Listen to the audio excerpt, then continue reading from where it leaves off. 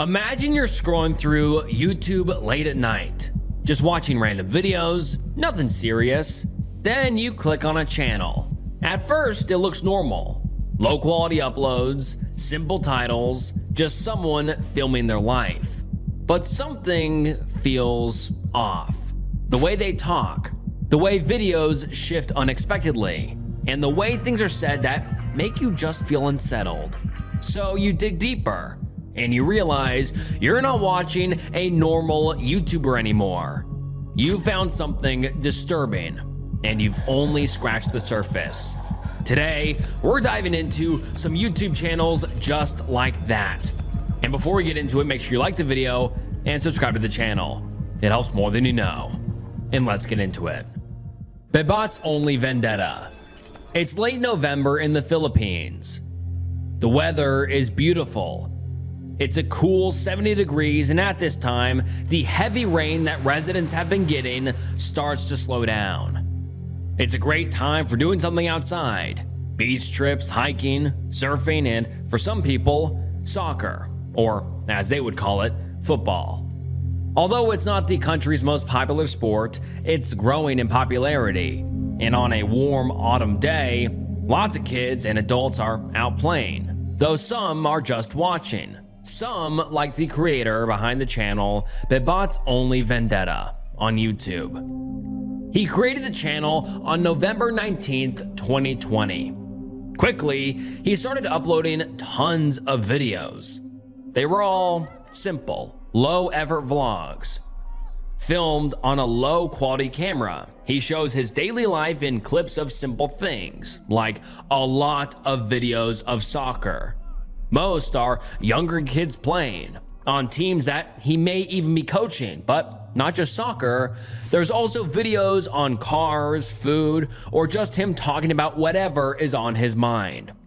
It's a normal YouTube channel, someone that just wants to share their life, take videos of the things they love, and have a place to keep all of those memories. But also, it seems like there's a hope and ambition that he'll gain an audience. In fact, he starts out a lot of videos by talking to this audience, despite the low amount of views and comments most videos get. Even in his first video, he opens up with saying, "Hello, true believers. This is Babat's Only, and I know everybody has been wondering where I've been in the past, but here I am." Kinda odd for someone's first video on a new channel. It raises a few questions. Is this person just a little egotistical, or even a bit delusional? Or is there more backstory to this channel than these seemingly ordinary videos are letting on? Well, it seems like it when I come across one video that stands out, to say the least. It's titled, "Babat's Only Charged with R-Word and Trafficking, Arrested in the Philippines." The description says, "Babat's Only with no friends, no looks, no money, no personality, and no connections faces R-word and trafficking charges, arrested in the Philippines and locked up abroad." Now, this perfectly average channel seems anything but that. All of these seemingly innocent and wholesome videos now seem haunting, gross even, knowing who was behind the camera. And to make a public video fully addressing charges like this is insane, but it gets so much worse when the video actually begins. He starts out by reassuring everybody. That's right, calming down his fans that everything is fine. He was only just charged with an evil, heinous crime. A crime which he has court papers laid out in front of him. You know, the literal evidence for us to see. But despite that, he spends 19 minutes and 33 seconds basically talking in circles. Multiple times he'll be about to go into one point and then say that's for another time, and then ramble on with excuses for 5 minutes. At one point he says, "Like I said, I have all the paperwork, I have all the documents, I have all the evidence, I have all the transcripts, I can even probably give you a sample of it. Maybe I will, maybe I won't, but I mean, that's gonna be for another video." But this is supposed to be the video that addresses and clears up all of this. If he's really innocent and has all the proof of that, it would make sense that he would show us that? Well, no. I guess he just assumes we'll believe that the proof exists and happily listen to his bullshit excuses and justifications. Like, for example, he goes on and on and on about the Philippine law enforcement, putting blame on them. The Philippines is known for its corruption and corruption. You might as well say lazy people are lazy. That's the number one reason why they're corrupt instead of doing it the right way. They do it the wrong way because there's nothing harder than doing it the right way. And you're saying, well, wait a second. That was only, what do you mean, the corruption and the hard way. And because they filed, the same police officers filed not only one, not only two, but three cases or even three different branches, that means they're doing their jobs and they're not being lazy because it's three different places. Yes, initially that's what you'd think, and that's the biggest problem when it comes to the Philippines, is the perception of people is completely all wrong. If you feel like he's talking without actually saying anything, you're not the only one. And it's like that for the entire video, like this. You know the answer to all the questions. The problem is just accepting or bridging together the two realities, and there's nothing harder than the truth and the reality, because I've said here in the Philippines that truth is in no way, it's detrimental to survival. So when people here are living day to day, just trying to survive, the truth is the first victim over here. Genuinely, what the hell is he talking about?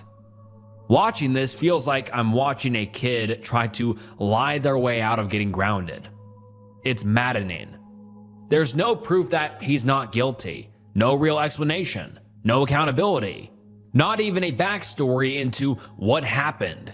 He just shows us literal court documents that show he's been legitimately arrested, but he talks for 20 minutes about how it's all fake without giving a single reason. So he doesn't want to say what happened. Luckily, some users on Reddit figured out the real story. In July of 2018, an enraged mother in Batangas filed a complaint to police about a man who was taking photos and having intimacy with her very young daughter. This man was Mark Christian Catley, as we can see from this news broadcast, which is Babat's only vendetta. Police tracked him down in a hotel where he was in bed with these victims. Once investigated, cops found out that it wasn't just these two girls. What was actually happening was he was paying them in cash and then getting them to find more young people, usually young, vulnerable girls who were looking for money. Sounds a lot like another infamous monster that we all know. And this man is just as sinister, because not only was he doing all of this for his sick enjoyment, but he was posting his pictures and possibly videos on his own site. So now I understand why he may be talking like he has fans, because there are probably hundreds, if not thousands of people that were watching the disgusting content he posted. And it's those people he needed to reassure. The grossest part, they want him to come back. When will you start Babat's only dating again? To which he says, I never stopped. I wasn't able to figure out what the dating videos were, and it's probably another horrific thing that this man contributes to society. And this is the most enraging thing about all of this. He's still going. He got out somehow. He's able to make this video because he's not rotting in jail. And I'm not sure how, but because the system didn't keep him in prison, he's back in the Philippines and back to terrorizing innocent people. He has a video titled, What's for Lunch? That was uploaded on April 26th, 2025. He's eating a meal at a restaurant with three very young people, probably teenagers. There's nothing outright wrong with this video, but is there really any reason for some guy in his 30s or 40s to be out with teenagers, especially an offender? And then one user's comments make it obvious there's more going on. They say, "The king is back." Another fan. Another monster who wants the sickening content that Babatz only gave before he got arrested. And 7 years later, when things have cooled down, he's right back to it. There's tons of users on Reddit who are reporting this and trying to get it shut down. And hopefully this video also sheds some light on it, but honestly, it doesn't seem like Mark has stopped, or plans to any time soon. His most recent video was uploaded April 1st, just 13 days before writing this video. It's titled, "Is YouTube Dead?" In it, he basically explains that YouTube doesn't excite him anymore because he has other platforms where he can control who's viewing it more. I have an idea of what that platform could be and why he wants to control the audience before he got caught. This time by people on Reddit who are going over to his page and letting him know how they feel. People that aren't just going to let this monster run rampant. He calls them bitter haters, but really, they just hate perverts. And I wish this story had a better ending. That Mark got the ending he deserved, but in reality, Mark is still out there doing whatever he's doing. A. Frost. It's easy to get caught up in the mundane parts of life. Not just things like eating, sleeping, and working, but even our relationships with loved ones, with our family. We get used to the way people around us act, start to predict the things they say, know what they're gonna order at a restaurant, or what movie they're gonna watch. We have expectations, and things get comfortable. But for the family of Austin Horrifying, all sense of normalcy was shattered on August 15th, 2016. Austin had a great relationship with his little sister. She had known Austin her entire life, and for that time, he was a normal brother. They went to school together. He was a fantastic athlete with dreams of becoming a bodybuilder. He followed the average path of most kids in their town, going to college and focusing on his future. Everything was normal. But on this hot Florida summer day in 2016, he kickstarted the day with something that sent off alarm bells blaring for his sister. He told her that he believed himself to be immortal, and she was confused, naturally. Then that suspicion grew when he added in that not only that, but he was half human and half horse. Of course, this really freaked her out, but she wasn't sure what there was to be done about it. Maybe she tried to rationalize it, believe that he was joking around, or had a sudden interest in centaurs, but it was harmless, just an act of imagination. What if she made a big deal out of nothing? These thoughts ran through her head, unsure of what to do. She sat with them and let her brother continue on with his day. After seeing his sister, he had plans for dinner with his father, Wade Horrifying. They went out to a restaurant, something the family had done together hundreds of times. It was normally a fun outing, but today, the meal quickly turned into chaos. Instead of lighthearted conversation over a cheeseburger, there was anger and hostility, a tension that was about to explode. Why? Because the service at the restaurant was slow. Only Austin was upset though, but not just annoyed, this was rage. He was acting impulsive and was set off by the smallest things. And eventually he got so frustrated that he just got up and left. He walked 2 miles to his mother's house, who was most certainly not prepared for this. But what was anger turned into something more bizarre. It started with Austin trying to drink cooking oil. Despite his mom's attempts to stop him, she did manage to get through to him, so he wouldn't drink it straight by itself, but he did put it in a bowl with Parmesan cheese. From his mom's perspective, this was insane behavior. But it got crazier. After the oil, he started to talk about demons being in the house, in her house. And not just that they were after him, but that he also had superpowers. I don't know if his sister had mentioned what he said in the beginning of the day, but she didn't need to. His mom knew this was bad. This wasn't some elaborate prank or a joke.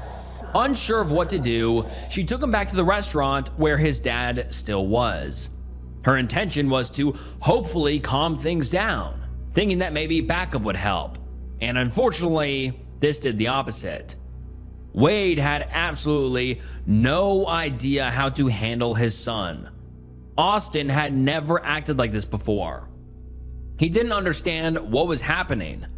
All he knew was that Austin was clearly bothered with something, and whatever this was making him act out.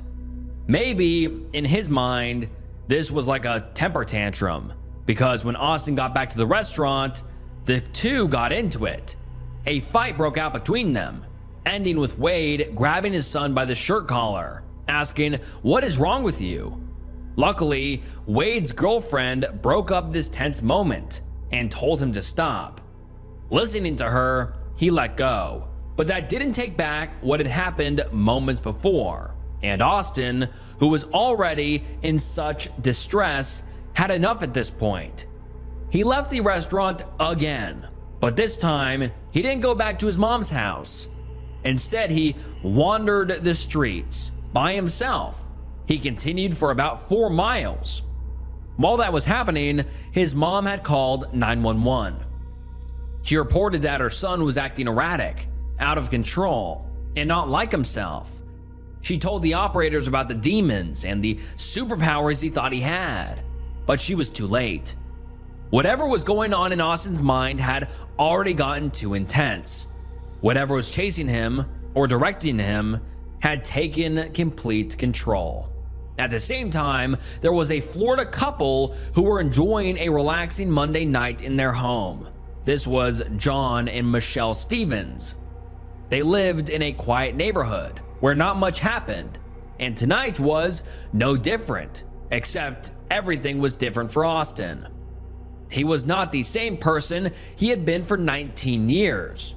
If that person had crossed paths with John and Michelle, they probably would have gotten along great. But that's not what happened. This wasn't the charming, fun, and ambitious kid that everyone knew.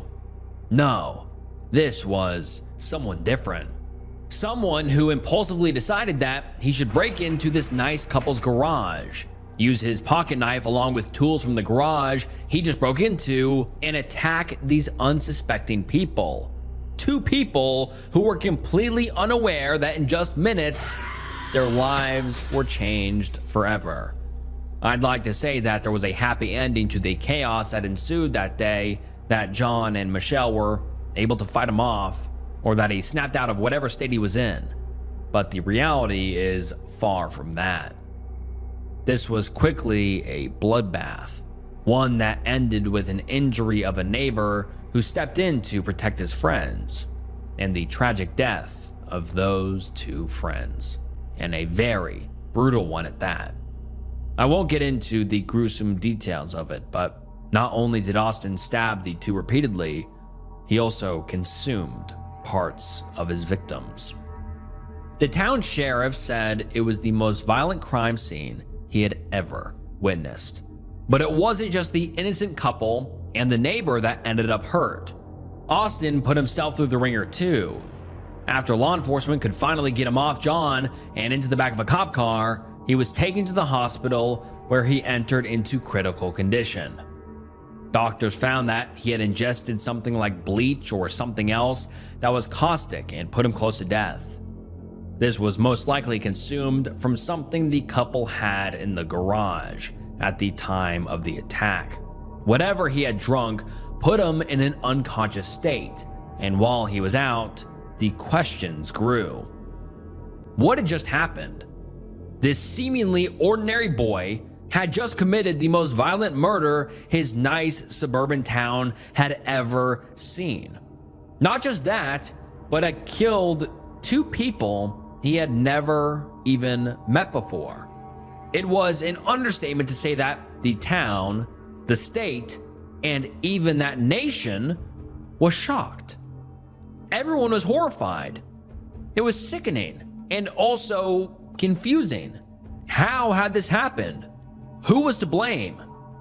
Instantly, there was a deep dive into Austin's history. Law enforcement, his family, even the public wanted to find any clue they could to figure this out. The first place they looked, his YouTube channel, named A. Frost. Immediately, there's red flags. The bio says, "This that fuck around music y'all been hearing about. I've got a psycho side and a normal side. I've lost my mind, help me find it." If this was a cry for help, it doesn't seem like anyone heard it. But the first video on the channel seems honestly pretty normal. It was posted on March 8th, 2016, titled "Fitness Challenges and Overcome." He talks mostly about working out and how to eat and to get better bodybuilding results. He does seem a little quirky, maybe even awkward, but not like someone that would kill and eat someone. No, he just seems like a regular teenager who was making a homemade vlog about his hobby. And that's what a lot of the channel is. Workout videos. That and some original rap music, which I would describe as garage band SoundCloud rap that no one would actually listen to. It's objectively bad, very bad, but there's probably tons of people that make music like that. It's probably just not popular because they didn't commit a murder that made national headlines. So what's really disturbing about this YouTube channel? It's not the videos on the surface level. It's not just that some kid made workout and rap videos. It's what's in between the lines. What was happening behind the scenes that led up to August 15th. Because when you remember the sickening things that Austin did, those rap songs are not cringy anymore. Instead, it's chilling to hear them. Scrolling through the videos is haunting. Clearly, Austin was not okay. That psycho side is obvious to see when you're actually looking at it. Even with his songs, the cover art for it is a drawing of him in a suit with the words, "Frosty for President 2016, make trap great again." Which could maybe be taken as a joke if this was a normal guy, but he's not. And some commenters make it clear that viewers should not be taking it so lightly. On one song titled "Sold My Soul," one user comments, "But he told his friend he thought he sold his soul to the devil. So how is this really a joke? He also told his mom, while getting more and more close to psychological break, that he was going to be a famous rapper. And it should be obvious to anyone who listens that if he really believed he was going to be a famous rapper, he was out of his mind." That seems more and more evident the deeper I got into his channel. 3 months after his first video and 1 month before the attack, he posted a cover of Hound Dog by Elvis Presley. His singing voice is actually pretty okay, but that's not the main thing that viewers are going to be focused on. About halfway through the song, he starts doing a little more than just singing. He starts dancing, kind of. It's really him making erratic and strange movements as the song plays. There's no great way to describe how off-putting it is. It's just something you have to watch for yourself. But one comment sums it up kind of perfectly.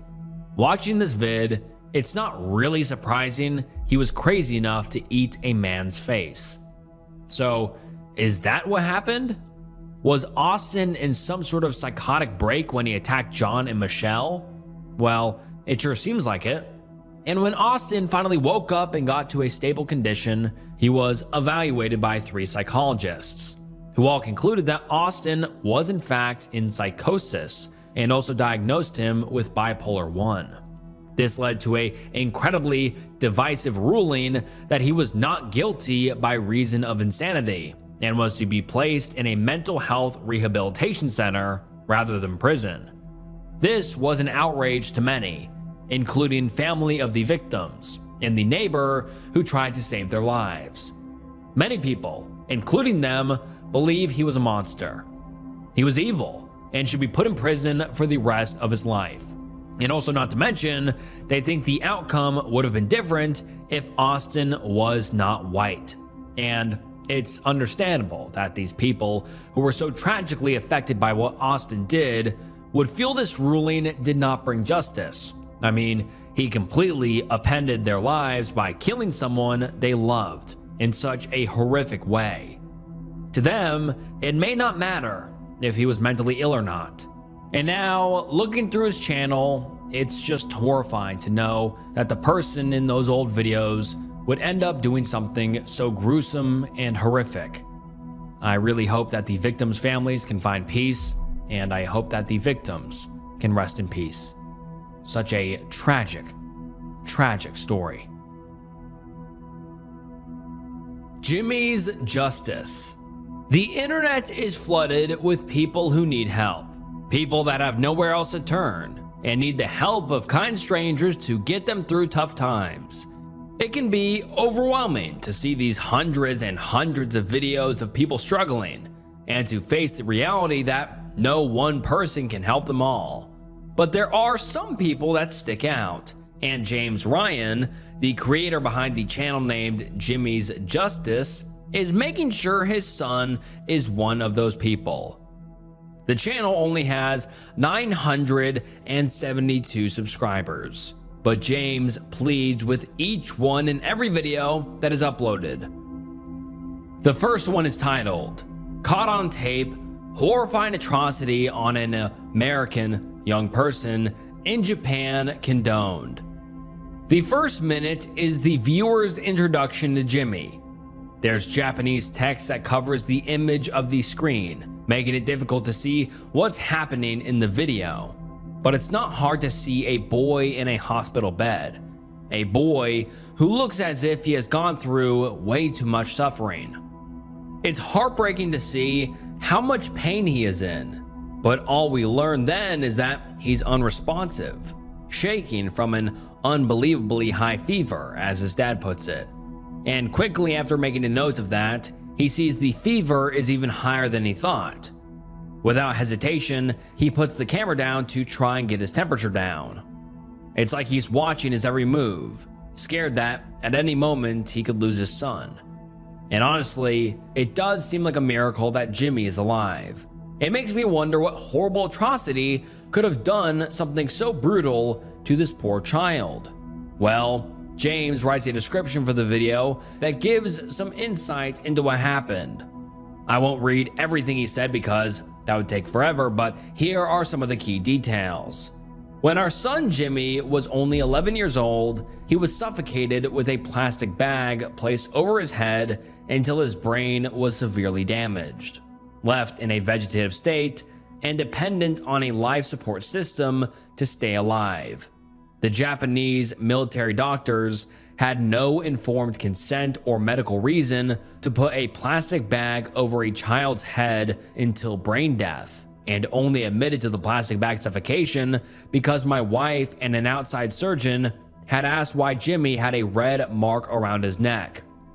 We have tape-recorded evidence of one doctor who suffocated our child, who then abandoned our child to die, who then withheld therapy, who then conspired to cover up the crime and deny any involvement or knowledge of what happened to Jimmy.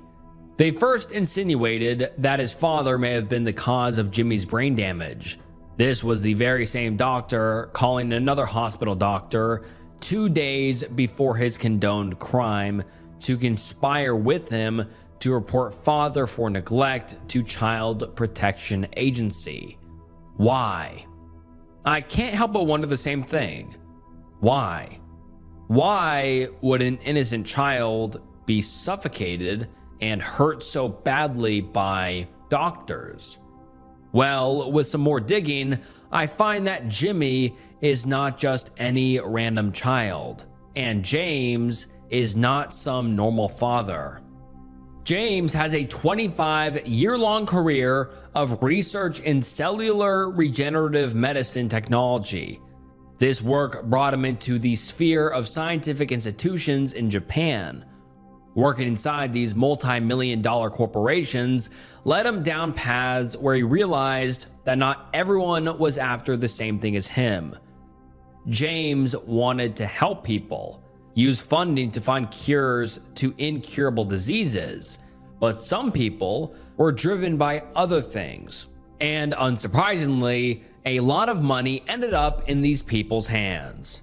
By a lot of money, I mean $7 million. $7 million that led to corporate fraud.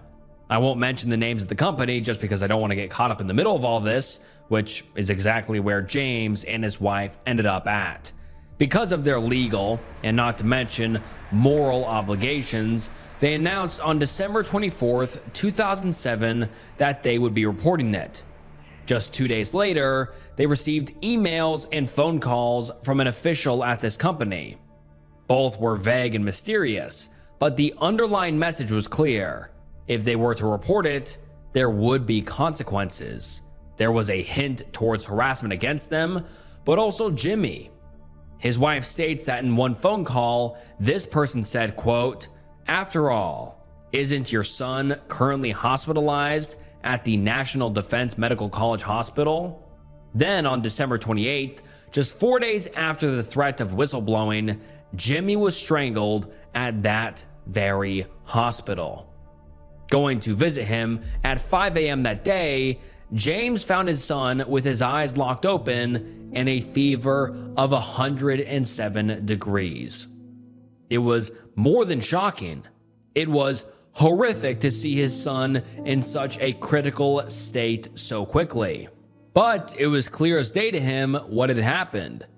Him and his wife announced their plans to air out the fraudulent activity, and less than a week later, Jimmy was on the brink of death. Not only that, but according to James, they withheld the medical treatment that was necessary to treat his son. But it still feels like there's a missing piece to this story. For one, strangulation is obviously no joke, but it doesn't look like that's the only explanation for Jimmy's injuries. I'm no doctor, but one look at the poor kid, and it seems like there has to be more. Some other users agree, saying, "I just have one question. How could your rib cage collapse from being suffocated from a plastic bag and your spine get disfigured?" To which James replies, X company, I'm not going to mention the company's name, secretly funded unlawful skeletal growth and brain developmental experiments with support and in cooperation with criminal government, something I'm not going to mention the government official either. And so that sounds like a lot. For more information though, he also links a Google document to a complaint he made to the Committee Against Torture, which is a part of the United Nations Human Rights. In it, he states that Jimmy was born a healthy child, but at 2 months old, he had developed a cold. That's not abnormal for a baby, but along with the cold, he also had some weird eye movements. It was concerning enough that they brought him to the National Center of Neurology and Psychiatry, where James says, quote, "They repeatedly stabbed a long needle into Jimmy's skull with intent and fabricated medical examinations and diagnoses. Then 10 days later, Jimmy somehow ended up at a different hospital. And for some reason, the doctors there wanted to continue these incorrect diagnoses that the previous doctors had made. Here, James says they lied to frighten Jimmy's parents, concealed medical data that showed Jimmy was a healthy, normal infant, with intent to subject Jimmy to inherently dangerous and medically unnecessary brain surgeries/experiments, drilled into Jimmy's skull, harvested brain tissue, spinal fluid, and cut up in his stomach. And then a doctor's name, which I'm not going to leave in because none of this is verified, injected 5-month-old Jimmy with lethal doses of some sort of drug used for death penalty executions, recklessly failed to place a ventilator on Jimmy, which inflicted cardiopulmonary arrest. Without informed consent, doctors tested 57 types of epileptics, psychotropic, and anesthetics drugs on a U.S. infant who survived torturous brain surgery experiments, then deprived Jimmy of critical medical care, willfully inflicted severe pain, suffering, grievous bodily injuries, life-threatening seizures, aggravated by some sort of drug, which caused cardiopulmonary arrest. But this is before the whistleblowing incident. So why all of these cruel, barbaric experiments? Well, James says that it was racially motivated. In what way? I'm not entirely sure. Jimmy was born in Tokyo and is half Japanese on his mom's side, but I believe he holds American citizenship from his dad. So is this presumed racism because of his American heritage, since he's in Japan? That's my first thought. But James also mentions that it's because of his darker skin. But they're also in Japan, so it's sort of unclear where the racism is coming from. And if that is the reasoning behind all of this torture, that's insane. A lot of it is the timeline. James says that all of these experiments, which resulted in severe health complications, happened 10 years before the strangulation. It's only fair to be surprised that nothing worth mentioning happened in that time, and also to wonder how Jimmy has been surviving that long. There's some people that are not afraid to ask these questions. On a video titled, "Warning, Graphic, Child Suffocated by Japanese Doctors with Plastic Bag, May Be Upsetting," the video even starts out with text that mentions that his life expectancy is now very short. Some viewers are very confused and want answers. Someone says, "Is there any new photo or video evidence? It seems like all the videos you keep showing are from many years ago. Is he even still alive?" I've watched 2 videos made by other YouTubers where one of them dug into everything you have posted and what your name is tied to. It's weird that you own a medical company. When searching up the address, it leads to a 3 to 4 house bedroom. This doesn't add up. It seems you are even unclear about when this happened. Why was your son in the hospital in the first place? Did he have prior medical issues? If you had just been clear and given more evidence, I would never question this situation. Honestly, though it's a little invasive, they're pretty reasonable questions. James doesn't think so. Most of his replies are just commenting the link to the Google Doc over and over again. And then when the previous user responds, he adds in a passive-aggressive and frustrated comment like, "I do not mean to sound rude, but are you a child or young person?" These questions are of someone who has most likely never created a company. I'm not sure how creating a company is relevant to the situation at hand, but clearly the questions are bothering James. And then on the flip side, his vague answers are bothering people that don't understand what's happening. Some are even going as far to believe that he's lying, and there's actually something much worse going on in an already pretty awful situation. 3 years ago, someone says, "Why would a doctor suffocate a boy? Also, if true, why would they not finish the job if they wanted to kill them? What's the payoff for the doctors? If you have proof of a confession, why aren't the police doing something? Why are you so certain that they specifically suffocated him with a plastic bag if you weren't there?" I hate to say it, but I'm getting strong vibes that maybe you possibly suffocated him with a bag and you're blaming the doctors so they won't figure out it was you. I'm sorry if I'm wrong, but I'm getting weird vibes from you, sir. You are way too adamant and certain about the details. Something's not right here. He responds aggressively, enraged, and feeling like this person is tormenting his family. And look, it's understandable. Whatever the backstory is, the kid is sick either way. Not just sick, but in extreme and unbelievable pain and suffering. But it does feel a little hard to help when the details are so hard to understand. And watching these heartbreaking videos makes anyone want to help an innocent child. Or maybe it's just hard to believe that there would be such evil people out there that would have hurt a little boy like this. But then again, with everything happening in the world today, is it that hard to understand? Either way, I just want the best for Jimmy. By now, he'd be 30 years old. It's gut-wrenching to imagine him in pain for so long. I hope that his suffering has lessened, but in a comment from only a week ago, that doesn't seem to be the case. James says, "We are getting close to launching a very advanced project to regenerate his brain. Grateful for you asking." So while it doesn't seem like much progress has happened yet, at least it seems like there's still hope. A chance that maybe, one day, Jimmy could have the life he deserves. And alright guys, that wraps up some horrifying YouTube channels, and man, this video was dark. Really dark and depressing, and I hope everyone and the victims are, can find some peace, and I hope Jimmy can find peace as well. But yeah, man, this was depressing.